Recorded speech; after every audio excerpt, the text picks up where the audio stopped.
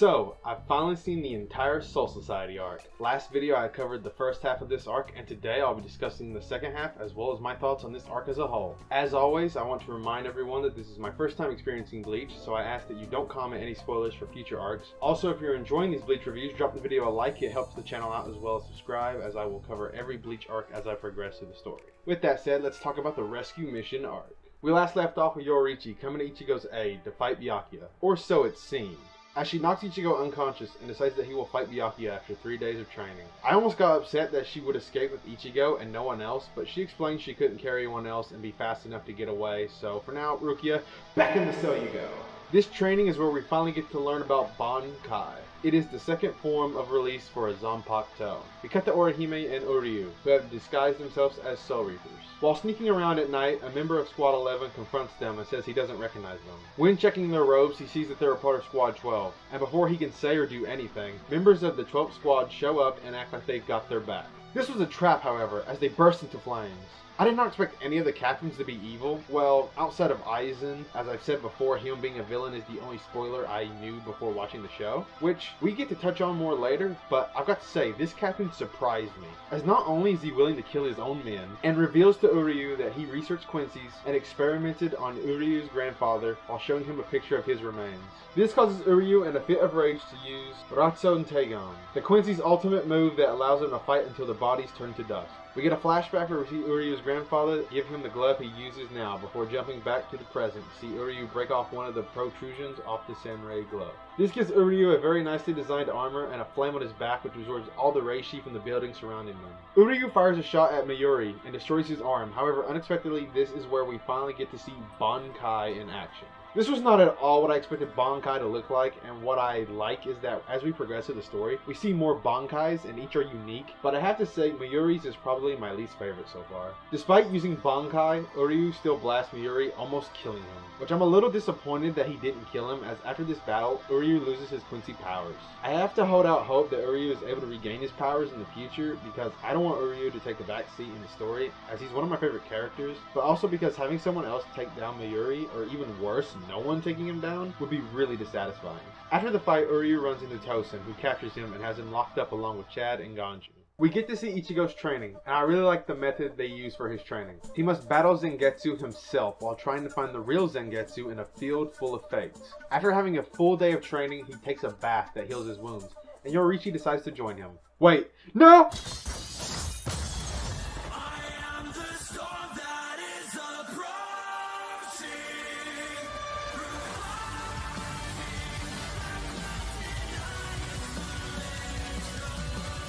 Yoruichi tells Ichigo how Urahara and her played here as children, and he even trained after joining the 13 squad captains. Which a part of me always figured Urahara was a former captain, it just made the most sense as to why he knew so much about the Soul Society. What I wasn't expecting was to learn he was the former 12th squad captain and first president of the research division. They've downgraded in my opinion.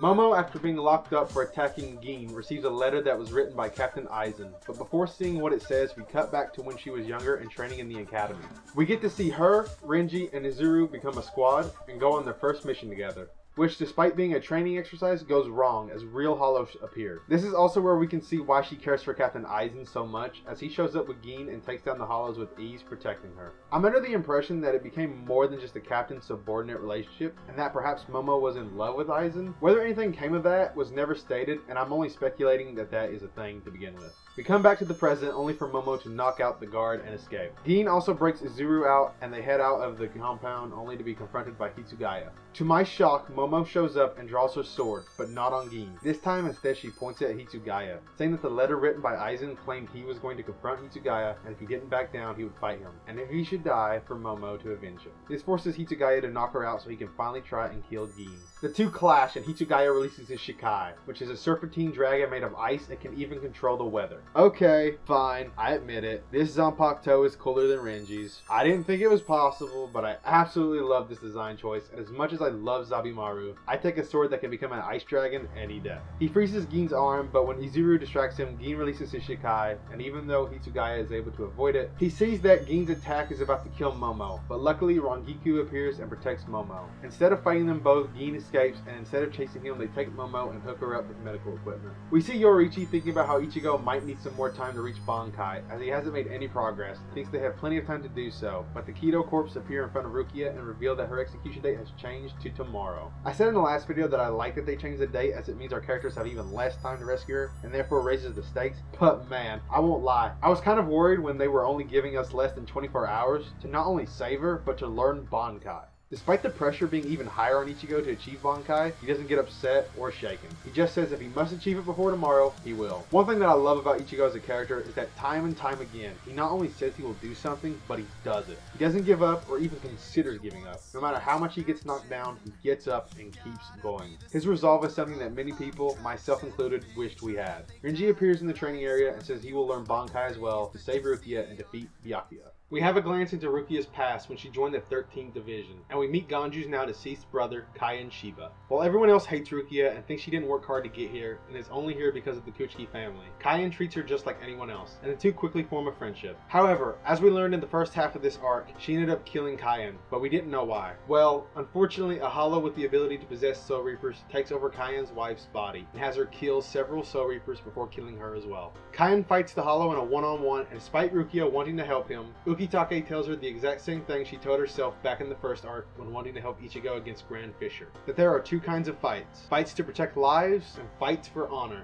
And that this is a fight for honor. And if she intervenes, he would lose his honor. Sadly, Kaien loses the fight and is possessed by the hollow and attacks Rukia, forcing her to kill Kaien, but he thanks Rukia for letting him keep his honor. We see Kenpachi, Orihime, and Yachiru break Chad, Uryu, and Ganju out of prison so they can go and save Rukia. I'm so glad that Kenpachi has become one of our allies, just like Renji, as I love both of them as characters and enjoy any time either are in a fight. Speaking of fights, Kenpachi faces off against both Captain Tozen and Captain Komomaru by himself, as they view him a traitor for helping the Ryoka. The fight itself was incredible, with Tozen using his Bankai, which I think perfectly fits him, as it blocks off all senses except feeling. Despite this though, Kenpachi is able to adapt to this by letting himself get cut, just so he could feel where Tozen is, allowing him to defeat him. The fact this man can't even use Bankai and is still this strong is insane. I hope he unlocks it in the future because he would be unstoppable. However, the fight isn't over yet, as now he must face Komomaru. We finally see what he looks like under the basket, and I honestly was expecting a hideously scarred face, not a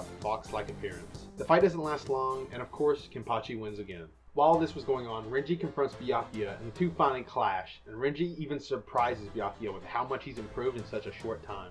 Renji releases his Bankai, proving once again he has one of the best Zanpakutos of anyone in the series. His Bankai is a large skeletal snake that is able to separate segments of its body. Despite keeping Byakuya on his toes up till now, Renji gets binded by Bakudo number 61, and Byakuya finally reveals his Bankai.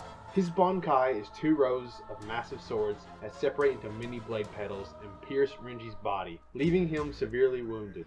Despite the injuries, he still gets back up, and in a shot-by-shot unison with Ichigo, says that he will save Rukia, which brought the biggest smile to my face, as I have been a Renji fanboy since he first appeared. He is able to reach Byakuya with his Zanpakuto before it shatters and collapses to the ground, earning praise from Byakuya for reaching him. It is now time for Rukia's execution, and before they begin, she asks that they allow the Ryoka to return home unharmed.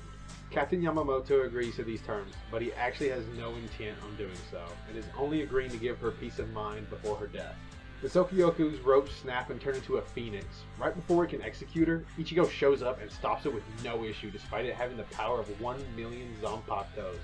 Ichigo isn't alone though, as Shunsui and Ukitake use a shield to destroy the Sokyoku. Ichigo is finally able to free Rukia, and when Renji shows up, he tosses her to him and tells her to take her far away from here. When the lieutenants give chase to Renji, Ichigo intercepts them and takes them down despite it being a 3-on-1. Now it's time for the fight I have been waiting for since the first arc, Byakuya versus Ichigo.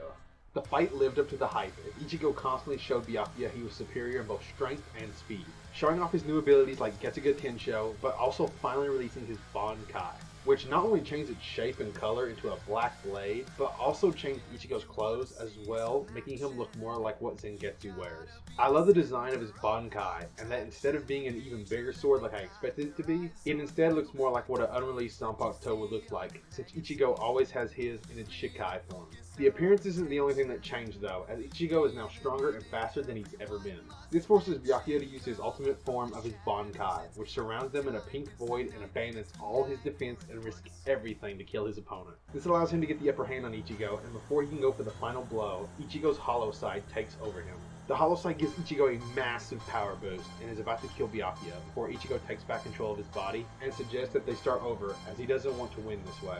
The two have one last clash, with Byakuya's Ryotsu being white and Ichigo's being black, giving off a heaven versus hell vibe to me, which is fitting as Ichigo has the evil hollow spirit inside him. Ichigo wins the fight and despite being greatly injured, refuses to fall down because he never gives up. Now with the fight complete, Byakuya explains why he didn't try to save Rukia, despite being her brother. He explained he's from a royal household, and if they don't uphold their own laws, how can they expect others to do so? Ichigo says that if he was in Byakuya's position, he would fight the law, and with this, Byakuya admits defeat and says he will no longer pursue Rukia. This fight was everything I wanted it to be and easily became my favorite fight in Bleach. It paid off so many things like Ichigo's training, the mystery behind the hollow mask, and even gave us a look into why Byakuya is the way he is. In a way, I understand where he's coming from, and that he must set an example for others.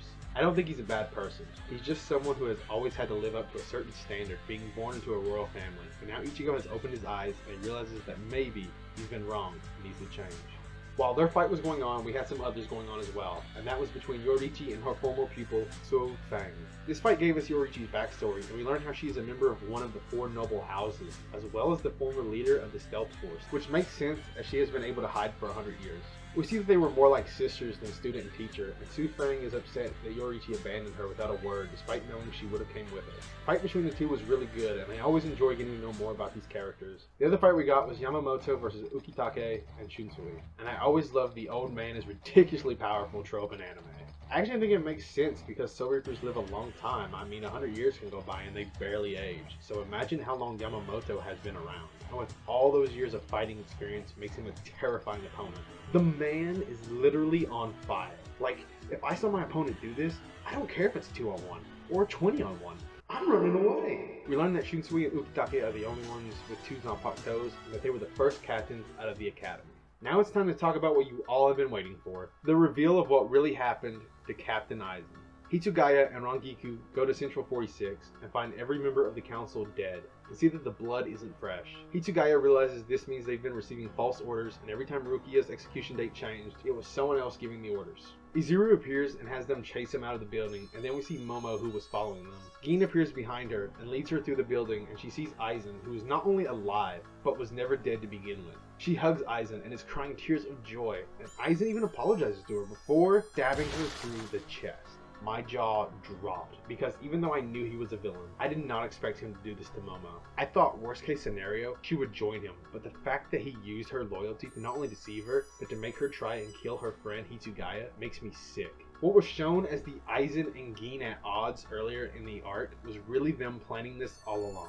Hitsugaya shows back up to see what happened to Momo, and Aizen says he's sorry he didn't have time to chop her up, enraging Hitsugaya to release his Bankai, which grants him a large pair of ice wings, an ice dragon encasing his right arm, and ice claws on his left hand. Though in the end, it didn't matter, because Aizen takes him down with one slash. Unohana arrives and questions how Aizen faked his death as she checked his body. He reveals the most OP technique that I had never even thought of, hypnosis.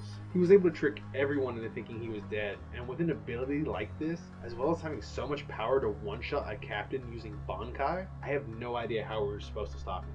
We then see that not only was Gin working for him, but so was Tosin, which was a curveball I didn't see coming. The 3 confront Renji and tell him to hand over Rukia. Isane and contacts the others, letting them know of Aizen's betrayal, and they rush to stop him. Renji and Rukia are about to die, but Ichigo shows up to save them, only for Aizen to one-shot Ichigo and his theme song.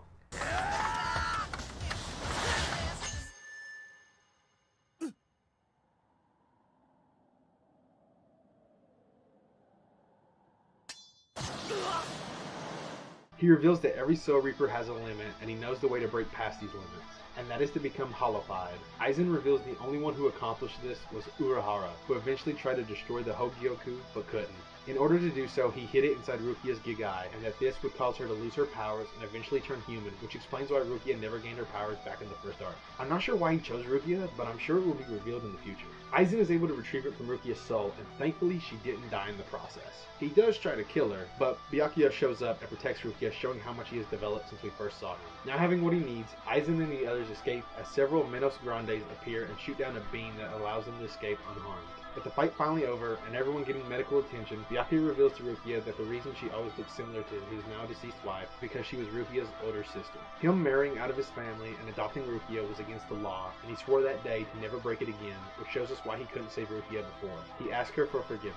The crew returns to the human world this time without Rukia, which made me sad, as I love Rukia and her interactions with the others, but I know we will see her again in the future. With that, the arc finally comes to a close. This arc blew me away with all the twists we got, and even me knowing Aizen was a villain, I didn't know how he faked his death, what his ability was, or that Tosin would join him. The arc throughout got me both hyped and emotional, and through seeing their backstories made me care for so many characters. I loved all the fights, and I could see myself coming back to rewatch Byakuya vs Ichigo or Kenpachi vs Ichigo many times in the future. I'm not sure where the story will go from here, as it was clear after the first arc we would be saving Rukia, but now I'm left wondering, what's the first step in stopping Aizen? I know there's a lot of filler after this arc, and don't worry, I won't be covering it. These videos take me long enough as it is, and if I had to cover a 40 episode filler arc that will not affect the story overall, it would be forever before you guys got to hear my thoughts on the real next arc. I'm loving my journey through Bleach, can confidently say I'm a Bleach fan, and I can't wait to start watching more after this video is up. Once again, if you enjoyed this video, drop it a like, as it really does motivate me to try and push these videos out faster, and subscribe, as I'm in it for the long haul with Bleach. With all that being said, thank you so much for watching, and I'll see you all in the next arc. Peace. This my city. All my gangsters, man, are you with me? You gotta take it here real quickly. Take it backwards, my simply. This